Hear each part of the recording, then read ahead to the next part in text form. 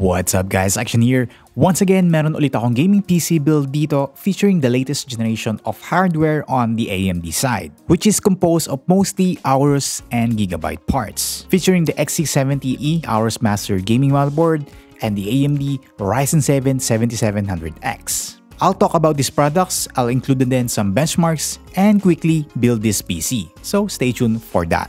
First on our parts list would be the CPU, which is the AMD Ryzen 7 7700X. For those who don't know, this chip has 8 CPU cores and 16 threads with a base clock speed of 4.5 GHz and a boost clock speeds of up to 5.4 GHz, which is made of new and improved Zen 4 CPU cores and TSMC's 5nm process node. It uses AMD's new socket which is AM5, so hindi na uubra dito yung AM4 motherboards dahil LGA na rin ang mounting style nito just like the competition. Although bagong socket ito, it can still support AM4 coolers, so okay pa rin. Speaking of the motherboard, which would be the main focus of this build, we have the X670E AORUS Master to pair it up with our Ryzen 7 7700X CPU. So what is X670E? As you might not know, AMD has new distinctions between their high-end chipset models. So meron tayo ngayon X670E and X670. And mainly ang pinagkaiba lang nila is the PCIe 5.0 compatibility for the graphics card slot and maybe some other little features. So to actually maximize the technology na nakapaloob sa X670E platform, the user should run both PCIe 5.0 on the storage and GPU, which promises a lot more faster speeds than PCIe Gen 4. Easy na easy lang din dito sa motherboard na ito, i-max out yung boost clock speed ng CPU natin at 5.4 GHz, with the chance to even raise it further through overclocking either using the Gigabyte's exclusive Active OSI Tuner utility, which can give you the best of both worlds between AMD's PBO and manual overclocking, or either of the two na nabanggit ang gawin nyo, all of which can surely benefit your system by giving out boosts in performance. More about the X670E AORUS Master Gaming Motherboard. It uses the new AM5 LGA 1718 socket. There are 16+2+2 phases of digital VRM solution with 105 amps SPS or Smart Power Stage.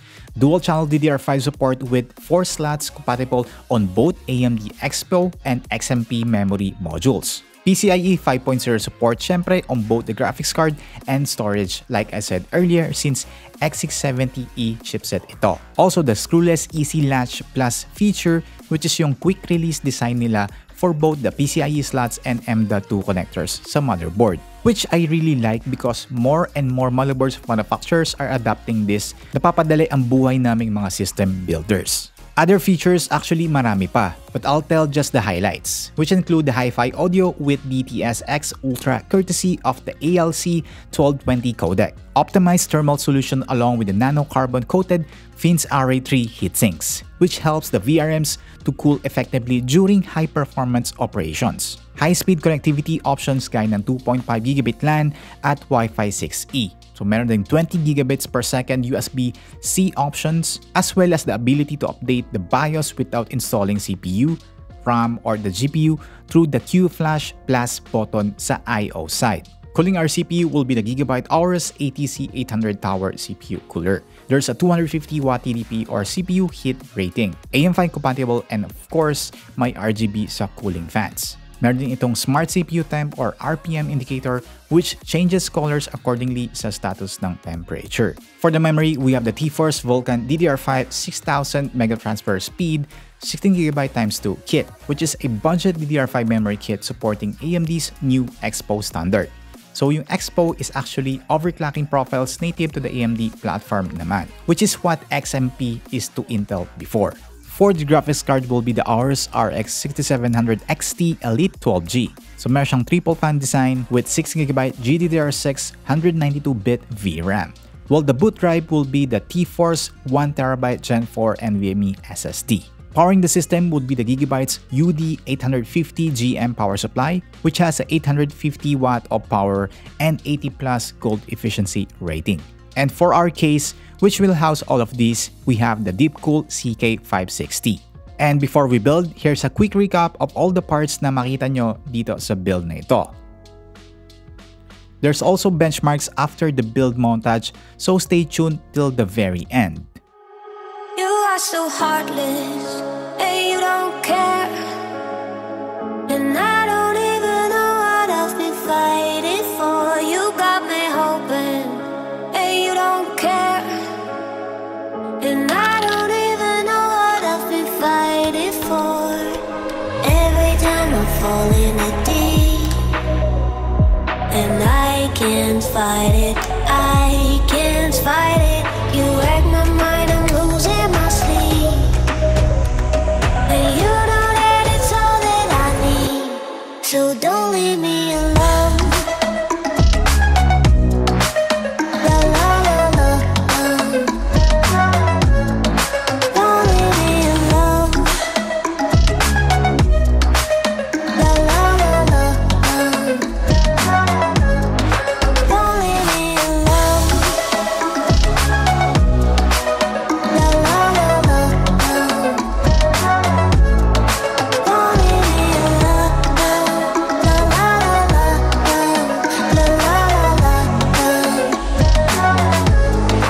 don't leave me alone.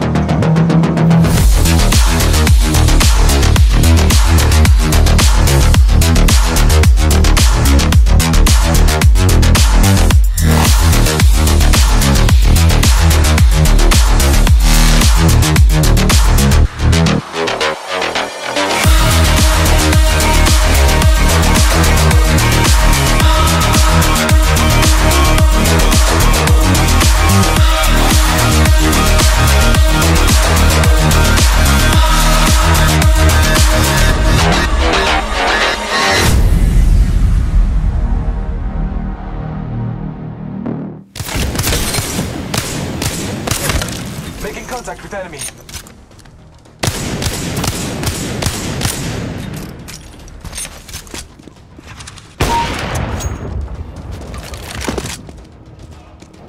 Your team's in the lead. Keep it up.